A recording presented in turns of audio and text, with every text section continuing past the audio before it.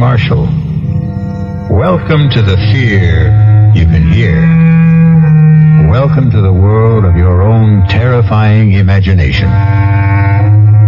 The art of the double cross, unfortunately, has become part of the fabric of our lives. In espionage, however, it is almost a lifestyle. In the world of spies, for the left hand ever to know what the right is doing is unthinkable. For the next hour, imagine that you are Larry Fielding, a 32-year-old newspaper man caught in a dizzying web of circumstances seemingly beyond his control. Larry, please change your mind and come with me. Not until you tell me who you are and why you sneaked into my hotel room. You're a fool, Larry. You must know that the police are looking for you and they'll be here any minute. Oh, but you're here now, and I still want to know who you are. If that's so important, my name is Carol Johnson. And when I tell you I know all about the murder of Dave Wilson, maybe you'll believe that I'm here to help you.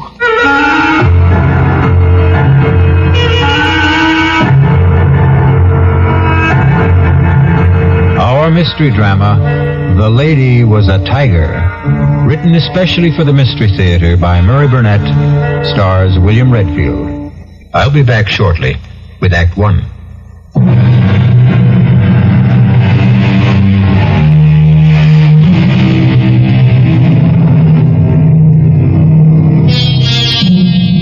Walking is great exercise, and with good weather can also be great fun.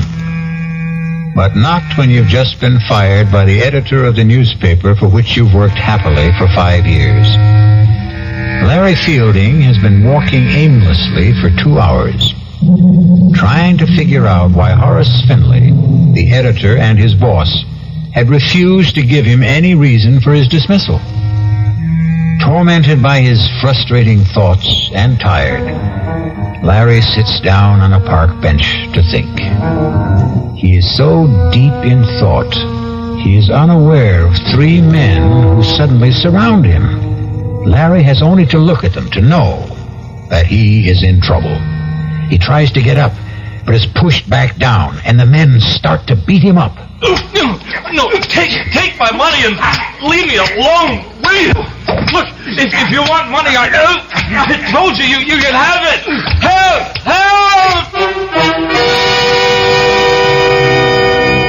Calling for help when you're being mugged in a big city park is sometimes as helpful as trying to catch hold of a windowsill in a 30-story fall. But this time, there was a miracle.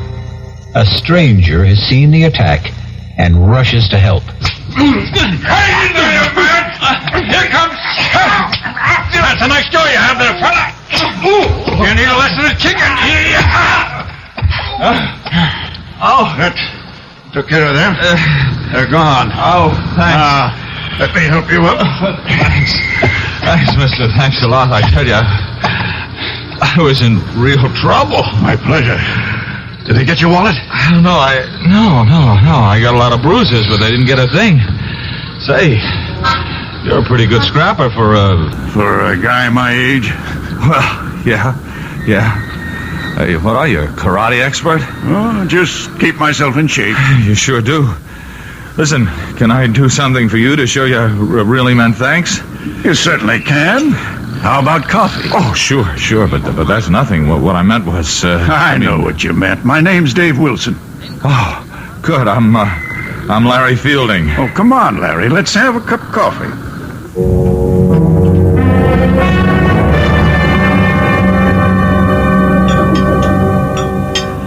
You know, I still can't get over the way you tore into those guys. I was a commando in World War II. World War II? Did you think I was in the Civil War? No, I didn't mean that. It's just... Well, to a young fellow like you, World War II might as well have been in the last century. It was only 30-some-odd years ago, you know. Oh, I know. After all, I was in the newspaper business. Yeah, that's tough what you told me about losing your job. What are you going to do? Oh, I don't know. Look around for another one. What bothers me is the way my editor let me go. No explanations. You know, we were friends. You'd think he'd at least tell me why he fired me. Those things happen. Stop torturing yourself and begin making plans. No, not until I get this thing straightened out in my own mind. I think I'll call my editor at home tonight and... I've got a better idea. Go out and get drunk, huh? Nope. How about a trip to Paris? Are you putting me on? I'm serious. Well, what are you? A scout for contestants for some kind of TV quiz show? No, I am a man sitting on $200,000. What? And I need a guy just like you. Now, look, I'm a newspaper man. Anytime a stranger starts talking about a trip to Paris and $200,000, I, Walk away without even listening? Yeah. Even if the man just happened to maybe save you from being mugged, robbed, and beaten up? Okay, all right, I'll listen, but believe me, that'll be it. Fair enough. First, here's my card. Oh, David Wilson, Calridge Imports. I never heard of him. You can call and check me out. I told you I was in World War II. Oh, look, I'm grateful to you, but you're wasting your time. Why don't you shut up and listen? You've probably heard about the millions of dollars in artworks and precious jewels that the GIs liberated during the last days of the war. Liberated, sure, yeah. Well, I've heard stories. Well, most of them are true. One that I know in particular certainly is. Did you ever hear of the Lancer collection? Lancer. The Comte de Lancer came from an old French family, and the Lancer collection is a fabulous assortment of diamonds, rubies, emeralds, and other precious stones, which were seized by the Nazis when they swept through France in 1940. A pal of mine, not a commando, happened to come upon the collection when the Americans were driving the Germans back in 44. Wait a minute. And he liberated it? Exactly. He and a distinguished Frenchman named Henri Thiel. What? Professor Henri Thiel? The archaeologist? That's the man. Oh, come on. He wouldn't, You were saying something? No, nothing. You were about to say he wouldn't get involved in anything crooked, weren't you? Yeah, something like that. You're right, he wouldn't. But he was younger. The world was quite different then. And my GI pal was a most persuasive guy. They decided to bury the Lancer collection. They did. They drew a map. And today, Professor Thiel is the only possessor of that map. Uh-huh. And, what happened to your nameless friend? He's dead. Professor Thiel wants to return the jewels. That's easy, isn't it? Not if the professor doesn't want embarrassing questions asked about how he came by the map in the first place. Oh, I see. What about you?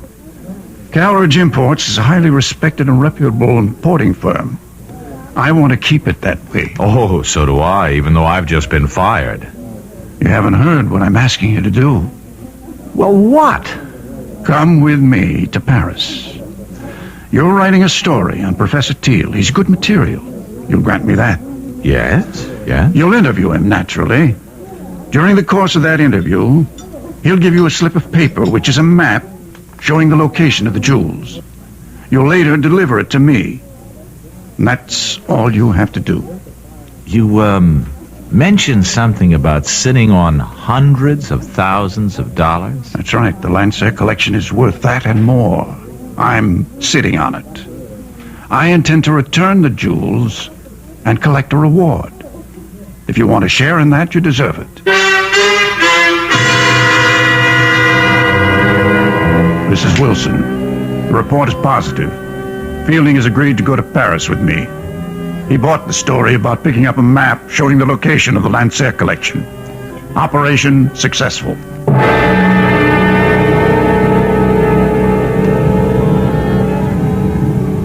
You'd better be on your way, Larry. You're due at Professor Thiel's in 10 minutes. I suppose it's, too late to back out, huh? You can always back out, Larry, but I don't think you will. There's really nothing to it. Make it look like a normal interview. Take notes. The professor will give you the map. Slip it in with your notes. Bring it back to me here. I'll be waiting. Okay. Larry, Yes. relax. Oh, sure thing. I'll see you.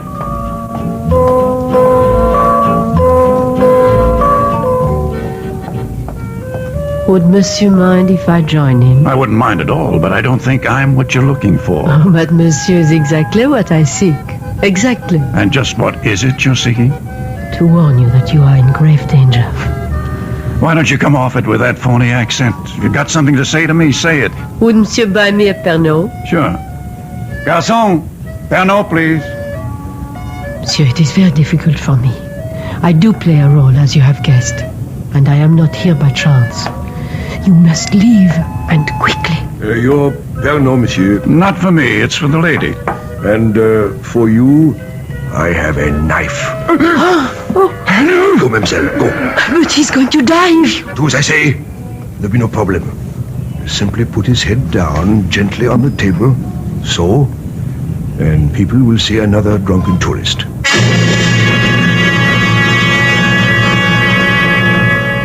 Your name is Larry Fielding. You're 28 years old, and you're feeling marvelous. You have just completed a fascinating interview with Professor Henry Teal, and you have the paper that you're going to hand over to your friend who's waiting at Les Deux Magots. You see him at the table where you left him. His head is down, but you're not concerned. Dave, wake up. I saw the professor. What? Monsieur, what has happened? Well, I don't know. I came back to meet my friend. I guess he's passed out. A moment, monsieur. Look, this man has been murdered. What? Stabbed to death. You will wait here for the police. I will not. I'm getting out of here.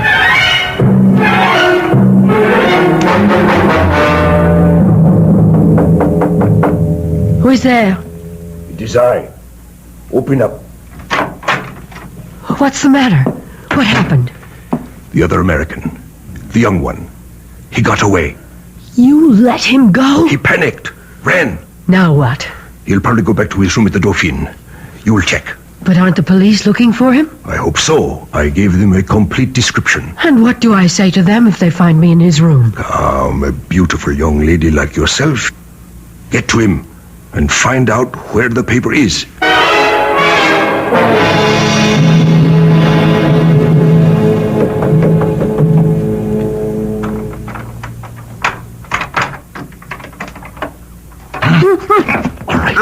All right. Who are you? If I take my hand away, you promise not to scream? Right? Okay. Now why have you picked the lock into my room? Never mind. You have to get out of here. Not until you tell me who you are. If that matters, my name is Carol Johnson. I've been sent here to help you. Oh, sure. I know about the murder of your friend. Wait a minute. Sent by whom? I'll answer your questions while we're on the way. On the way to where? Safety. I don't need to run. I didn't kill anybody. I'm not about to take off with a strange girl, particularly not one who's equipped with skeleton keys. Oh, suit yourself. Goodbye.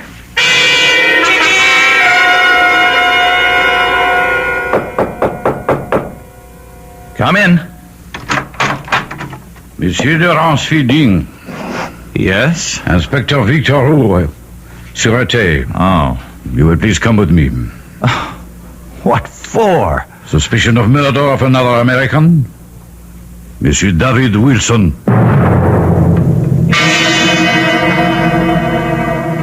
Inspector, listen. Why would I kill Dave? I've already told you I had an appointment to meet Dave at the cafe. He was waiting for me. Would I have walked up to a man I just killed and shake him so that he'd fall down and make a big scene? That is your explanation. There is nothing to support it. Well, there's nothing against it either. There is the word of Louis Goret. Who's he? The waiter who attended the table at which Monsieur Wilson and you sat. The only reason that you are not, as of this moment, charged with murder is because you did return. That much the waiter's testimony supports. Only he says that Monsieur Wilson might very well have been dead shortly after you returned, and that you had time to kill him. That's a lie. So you say. Oh, just check with Professor Teal. He'll tell you what time I arrived, what time I left. We have been trying, and there has been no answer. We may have him on the telephone now. Hello? Eh? So? Voilà bien. Merci. All right, well, what'd he say? That was not Professor Thiel. That was his apartment.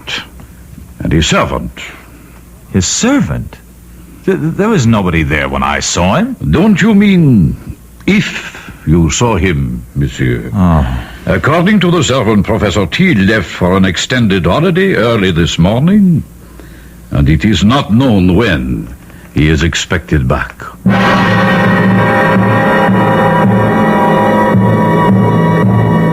Your name is Larry Fielding.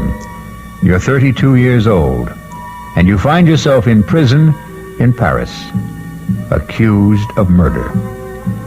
You know you've been had, and you're dealing with forces that seem beyond your control.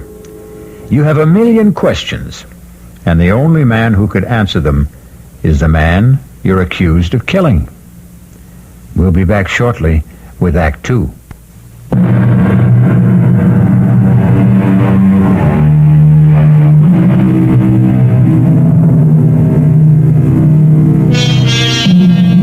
To many Americans, Paris means visits to the Louvre, strolls along the Seine, or fine food. But to Larry Fielding, it means the inside of a prison cell, where he sits accused of a murder he didn't commit. Fielding knows he's been caught up in something that involves more than the recovery of some stolen jewels. However, what he doesn't realize is that he's the key pawn in a deadly game, and the players are about to make some moves. Come. I don't think it's smart to have me come here so often. I would not have sent for you if it were not necessary. Do you still believe that Fielding knows nothing about the operation? I do. Then where's the document? Well, we don't know he ever had it, do we? We know he visited Thiel. We know that Wilson waited for him at Les Dumagots. We know he came back there. I think it is safe to assume that he was carrying the plans. And he didn't have it on him when he was arrested. Roger arranged to be there when Fielding was brought in and searched. He says there was nothing on him. But he wasn't picked up right away. Exactly. He eventually went back to his hotel room, as you know. I believe he has the paper and that he has somehow managed to hide it. It does us no good in prison. We shall have to arrange to have him released. And how do we do that? We don't. You do.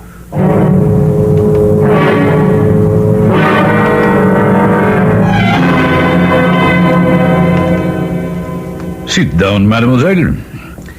Your passport says Carol Johnson. That's right, Inspector. And I am told you are in my office because of the unfortunate incident in the Café Les Dumagots. Yes, Inspector. I just had to come here to tell you you have the wrong man. Ah? And how do you know that? I'm studying at the Sorbonne. I visit Les Dumagots all the time. I was sitting right there when that man was murdered. Formidable. You saw a man murdered and you did nothing. Oh, at the time I didn't know it was a murder. I just thought the man had too much to drink or was ill. But the reason I know that you've arrested the wrong man is that the murdered man was dead before this young American Fields Fielding. Yes, well, the man was dead before Fielding ever got to the table. Fielding came and shook him, and that was when it was discovered that he was dead. I'm prepared to swear to that, Inspector. Of course you are prepared to swear to this story that you have just told me. Why not? It's the truth. Of course, mademoiselle. Why would a beautiful young lady like yourself lie to an inspector of the Sûreté? I'm not sure that I like the way you say that, Inspector. But everything will be all right if you release young Fielding. You have told me you will swear to this statement of yours in court. Therefore, I have very little choice.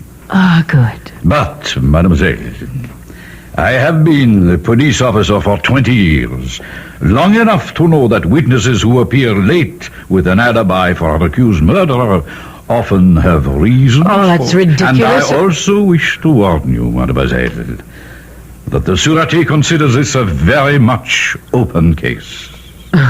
That is the business of the Sûreté. Au revoir, Inspector.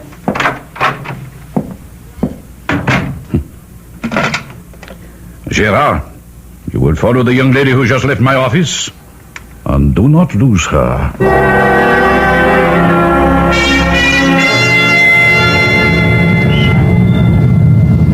Hello there.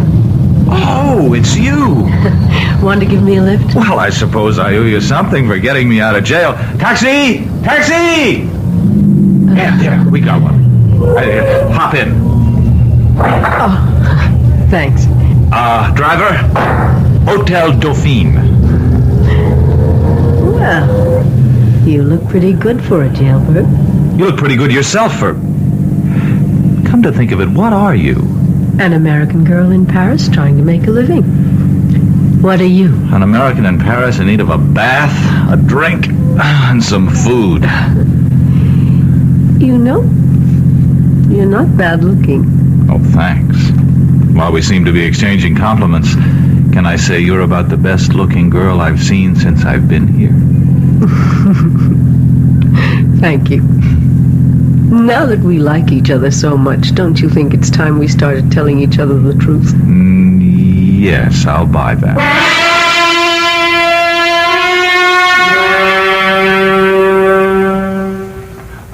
Écoutez-moi, operateur, well, never... You speaking? Okay. Well, look, I phoned the desk about an hour ago to get this room straightened up, and so far nothing's happened. Now, can you please just send someone up so I can sleep here tonight, huh? Oh, while you're at it, where's our food? Wait a minute, that's a different department. Oh. I'll have to call room service again. Oh, maybe you won't have to bother. Entree. Your dinner, monsieur. Madame? Merci. Monsieur would like me to serve. No, thanks. No, I think I can handle it myself. As monsieur wishes. Wait a minute. Don't I know you? I think not, monsieur. Now, wait, I've seen you before. I'm sure I've seen you. Paris is a large city, monsieur. One passes people on the streets and... The streets, that's it. You're the same guy who was at the Café Les Deux Magots. Monsieur is mistaken. What? Hey, wait a minute. Come back here. I want to talk to you. Oh, now don't go chasing him down the hall. Why not? Listen, Carol, I'm positive he's the same waiter... He'll just deny it and you can't prove it. But... Even if you could, what do you think it means? Well, it means... Well, I don't know. But if I get him to talk, maybe I'd find out something. I thought you were going to clue me in. Oh, yeah. Listen, have you ever heard of the Lancer collection? Of course. It's in the Louvre. Oh. The family of Comte de Lancer gave it to the museum after it was recovered when the Nazis fled Paris. What? Well, why does that shake you up so much? Because it can't be true. Come with me to the Louvre and I'll show it to you. Well, that changes everything. Come on. Where are we going? To the American consul.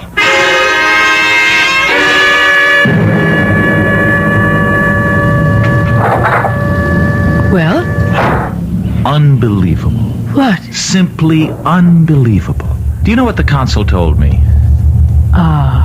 I predicted it, didn't I? Yeah, that's right. Mm-hmm. He didn't want to hear about it at all. Just advised me to forget the whole thing and leave France. Incredible. Well, not really when you understand that he doesn't know what you're talking about. But you do. Some of it. Okay, take me back to the hotel.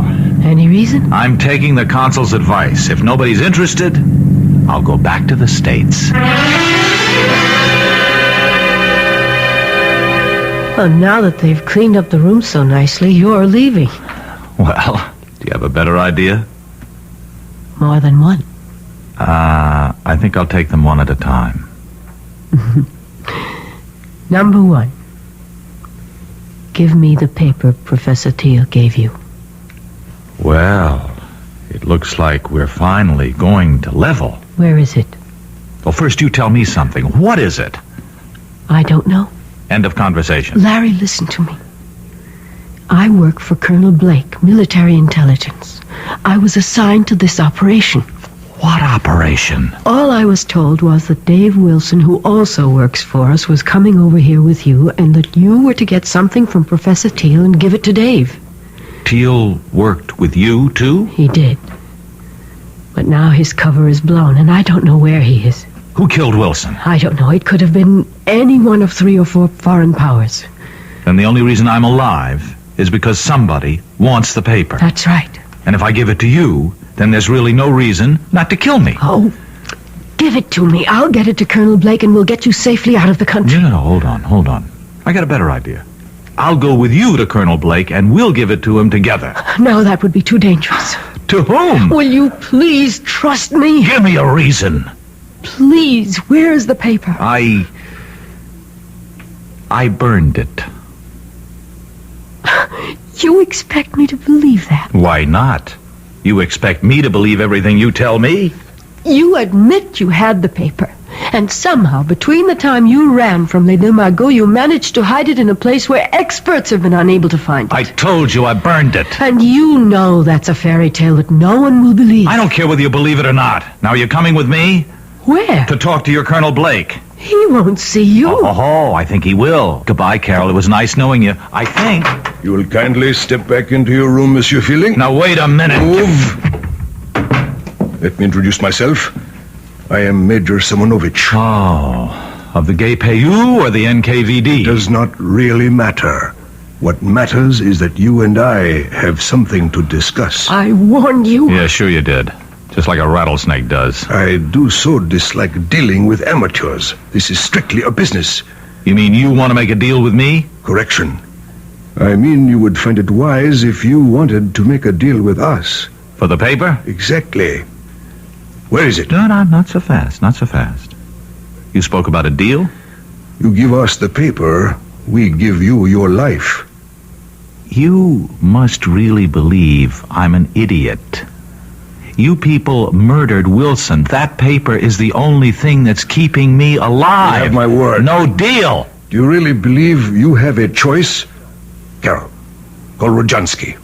Make the usual arrangements. We will wait here. Donnez-moi 80-36, s'il vous plaît. C'est ça. Merci. Carol. Yes. Tell me something.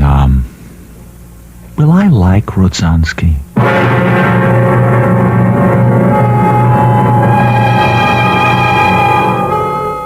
By this time, Larry Fielding realizes that he's been used. That he was never supposed to bring Dave Wilson a paper telling the location of the Lancer jewel collection. But his discoveries have only added to his dilemma. He was quick-witted enough to realize that his only hope was to hide the paper, because that slip of paper is his last resort. We'll be back shortly with Act 3.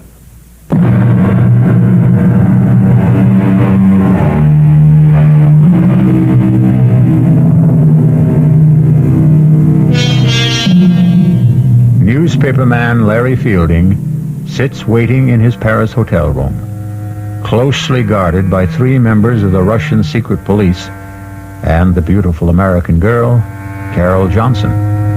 They are waiting for a man named Rodzansky, who might very well be, for all Fielding knows, his executioner. You know we mean to obtain the paper. Rodzansky is a doctor and a chemist. He'll be here shortly. You will be put to sleep painlessly. You'll be taken from here in an ambulance to a safe place, and there you will be injected with sodium pentothal. Fielding, you will tell us. Look, I don't suppose you'll tell me what's so important about this piece of paper? You have heard of the SAM-6 missiles, the surface-to-air weapons with deadly accuracy that we have developed and which were used so successfully in minor wars in Asia and the Middle East? Yes, I've heard of them. Good. We learned that someone whose identity we still seek has invented a jamming device which would render the SAM-6 almost worthless. We don't believe that any such system can be invented, but we do not take chances. We have reason to believe that the piece of paper that you carried away from Professor Thiel's has the information for building such a device. That will be Rodzansky. Carol, admit him. Of course. Come in, Doctor. This is the patient. Now look, I really don't think this is necessary. It will be easier if you don't fuss, young man. I don't intend to make... Hold him. Now, his arm. Hold it still. Good. You brought a stretcher? Of course. There. He'll be under in a moment, so we can leave.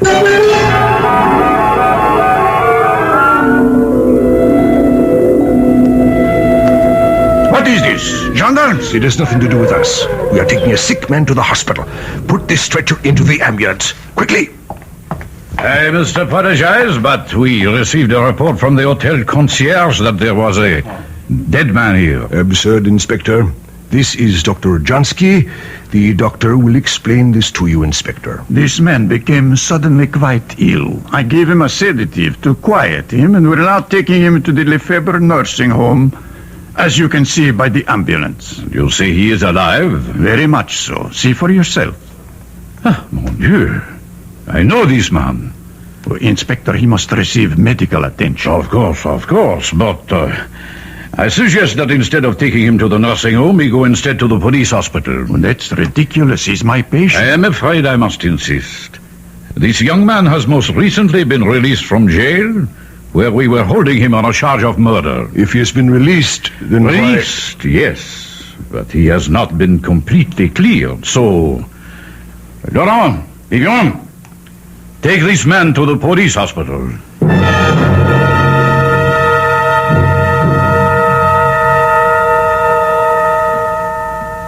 Did you get a report? Yes.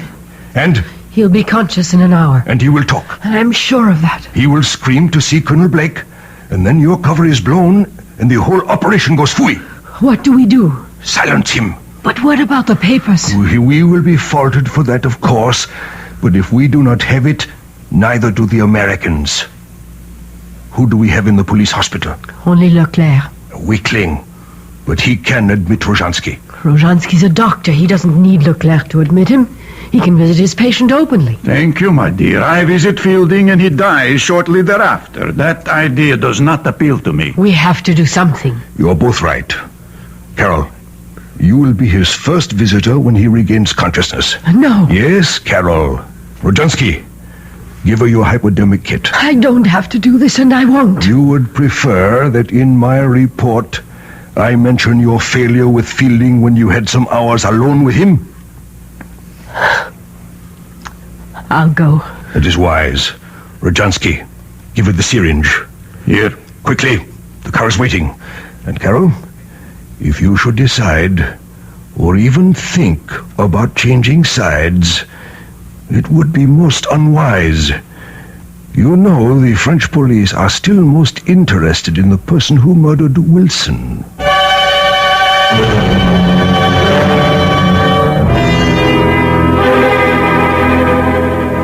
You awake now, Larry? Oh, no. Wake up and listen to me, Larry. What? You've got to listen. Try to understand me. Wait a minute. What kind of a place is this? You're safe. It's a police hospital. All right, but how did you get in here? Where's Rozhansky? Look, I can understand how you feel and why you don't trust me, but the truth really is that I am a double agent. Oh. Do you understand what a double agent is? As near as I can figure out, a double agent is somebody working for two different sides. Yes. And neither side trusts them. Oh. You know, that fits you to a T. You might just be telling the truth. I am. I really work for Colonel Blake, as I told you. The Russians know it. They think I've infiltrated the U.S. military intelligence. But in fact... Yes, I know. You've really done just the opposite. Yes. Worked your way into the Russian apparatus. Exactly. Oh, Larry, how can I make you believe me? You can't. Listen, you were deliberately recruited. The reason you lost your job was because we got in touch with your boss. He agreed to go along. The men who jumped you were part of the setup so that Wilson could save you. Hey, now, wait a minute. But that doesn't prove a thing. You could have learned all that working for Blake and still be with the other side, and wait, now, speaking of Wilson, how about getting him killed? I tried to warn him, but there wasn't enough time. It was either go along with that or blow my cover and endanger the whole operation.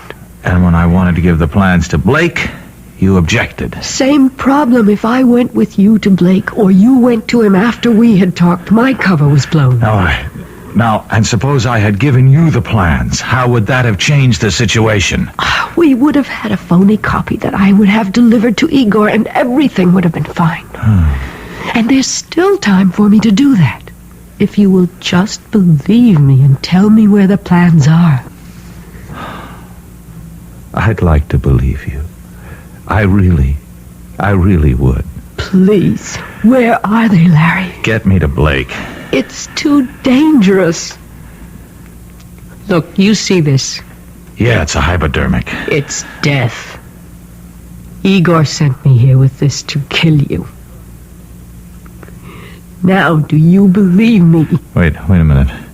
If you don't kill me, and I guess you don't intend to, what will Igor and his friends think? Isn't your cover blown then anyway? Could be, but if I come back with the plans and say that I got them out of you without having to kill you, there's a chance they'll believe me. Well? I'm thinking. Who are you? One of the hospital guards, monsieur. Oh. Mademoiselle, you have been here some time. How is the patient? Guard. Yes, monsieur? Call Colonel Blake at U.S. Military Intelligence. Tell him I've got to see him right away on a matter of the utmost urgency. Colonel Blake? Colonel Blake. I will inform my superior. Now, you don't have to inform anyone. Just call him. Yes, monsieur. The Major will be disappointed you have not followed instructions. You are a fool. I would have had the information if you hadn't come in when you did. I know what you were ordered to do. What? What's this? The moment of truth, I'm afraid, Larry. Oh, I know how highly the Major regards you, mademoiselle. But I also know what he thinks of me. Tonight will change that. Give me that syringe. Here, right in your arm. Oh, you traitor. I knew. Carol, you were telling me the truth. Yes. Yes, I was. And I had to kill him. To make you see it. Where is the paper, please? In my hotel room. Oh, aren't you ever going to stop playing games? You know your room was searched. Let me get dressed and I'll show you.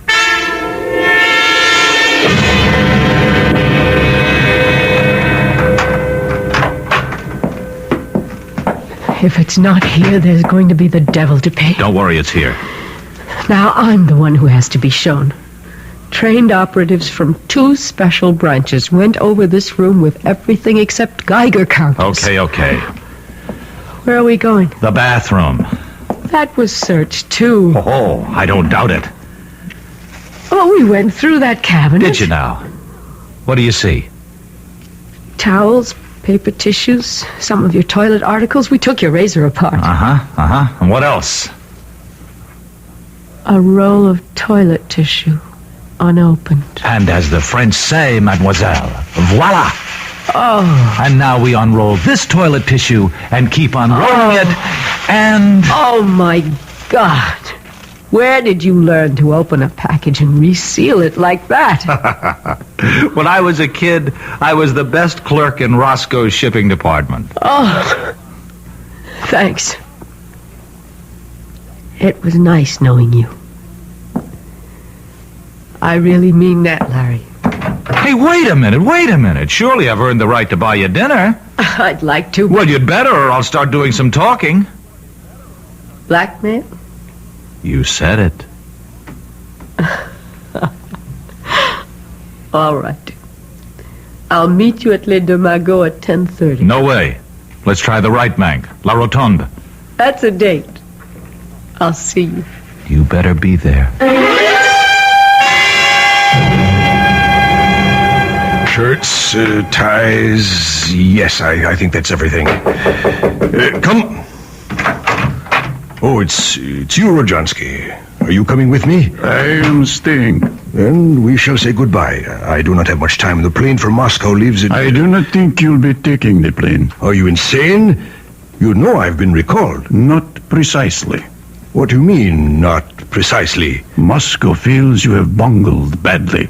So, it's not the first time that an operation has been... First, you were duped by the American girl. You knew she was a double agent? I know now. Did you know before she killed Leclerc? I was not in charge at that time. At that time? Now there are 2 murders that cannot be hushed up. The French police must have a murderer to satisfy the public. Then give them Carol. I only wish that we could. They want you. You have been chosen to be the murderer. I am replacing you as the head of this section. Ridiculous. I won't remain quiet. I have a lot I could and will say to the authorities if Moscow abandons me. Now you listen to me, Rodzansky. I have no time to listen. Rodzansky, wait! That hypodermic! Don't... Igor, you should be pleased to know that your dying will serve a good cause.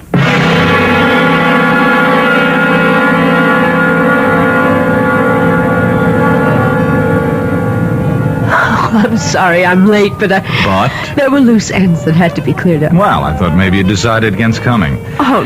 After all, your job here is finished. Well, yes. Sit down. Now that the Russians know you, there's nothing for you to do. It would be suicide to try to, huh? Oh, well, there are other things for me. Sure.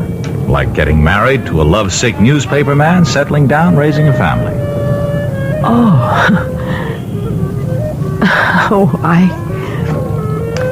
I take it I'm your first Matahari. Mm-hmm. First and only. Well, Larry, we're very different from other women.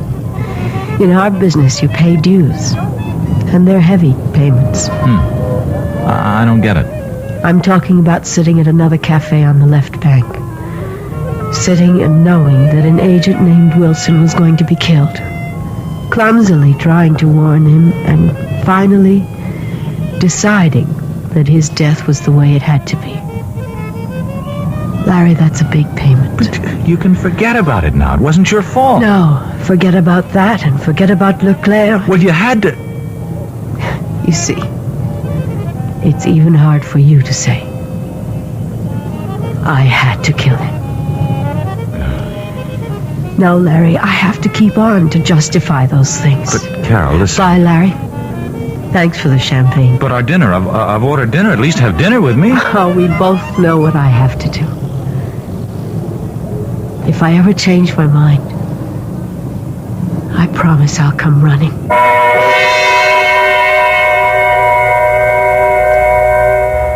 Larry Fielding sat in La Rotonde and watched her walk away. He knew she was walking out of his life. For a moment, he toyed with the idea of running after her and joining her world of spies. He flirted with the idea that he might even be some sort of an American James Bond. But then, the waiter brought the dinner, and to his surprise, he was hungry. And that realization made him wonder about whether or not he was truly in love. I'll be back shortly.